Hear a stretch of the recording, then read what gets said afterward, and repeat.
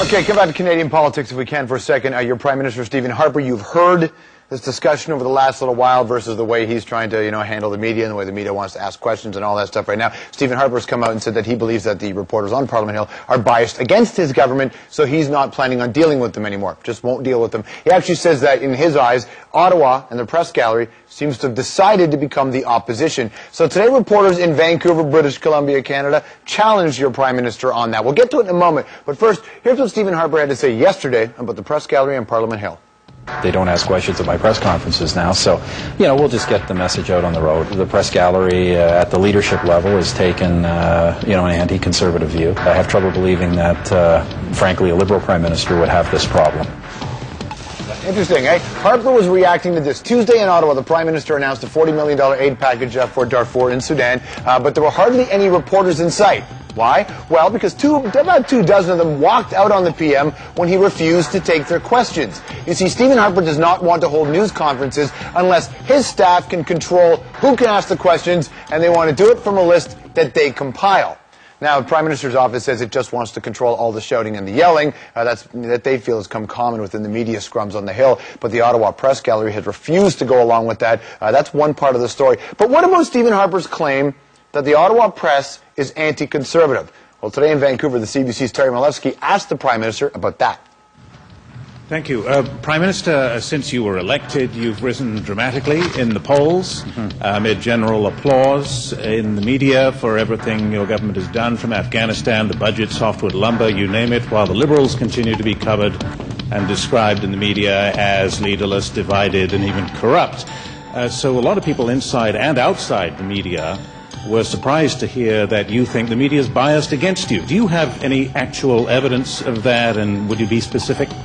Well, I think, Terry, I think this kind of this stuff with the government and the press gallery, I think, frankly, it's all inside Ottawa stuff. I think what's unfortunate is when, we make ourselves available to the media, the press gallery will not allow journalists to ask questions. If journalists want to ask questions, to me, that should be their choice. And they're the ones who suffer because, and say otherwise, I don't think the public cares. So I think it's unfortunate, but that's something the press gallery is going to have to work out among itself. With respect, Prime Minister, isn't it the case that simply isn't true, what you've just said? The press gallery, as I understand it, takes the position that they're entitled to pick who asks the questions. Your government, as I understand it, is insisting that your staff should pick who asks the questions, as Dimitri just did when he called upon me.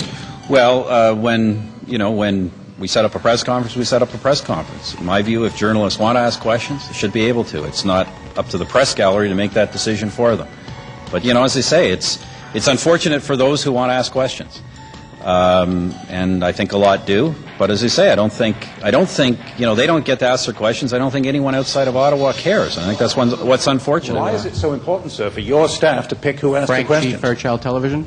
Okay, now listen, I know that these days in this country it is very difficult to look beyond one's political spin. If you have a political spin, a point of view, if you're left-wing, centrist, right-wing, whatever, I'm asking you to put that aside for a second. I want to cut through some of the spin and the crap here. The stuff that Stephen Harper, the Prime Minister, said about the press gallery deciding who gets to ask questions, here's how it actually works. You either have a scrum, which is a free-for-all, anybody ask question, or there's a formal news conference, and at a formal news conference, the press gallery asks questions on a first-come, first-served basis.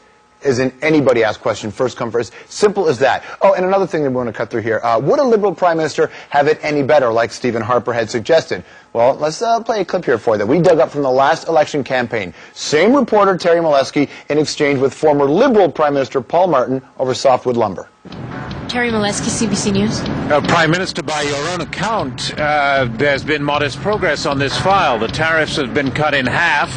And yet here you are again bashing the U.S. over softwood. Doesn't Ambassador Wilkins have a pretty good point here by suggesting that this is great politics for you during an election, but it's unproductive and may even make it harder after the election to get results? The fact is that the progress that we have made because we stood up for the spirit and the letter of the NAFTA agreement. You think that Ambassador Wilkins is trying to dictate to you? Ambassador Williams is a man for whom I have the greatest respect. So there you go, Terry Milewski, not afraid to ask tough questions, regardless of the political stripes. It takes brass to ask the Prime Minister a question you know he won't like no matter what party he's in, which is your job as a journalist. And this thing here with Stephen Harper, look, this isn't about the media whining about how hard things are. I mean, who cares? Everybody's job is hard regardless of what you do. This is about making sure that you, the voter, the person who dumps half of your money half the time into taxes, make sure you get the information you need. And not just a politician's message track. Because what the hell is the point of having a democracy if all you do is, do you believe everything your government says?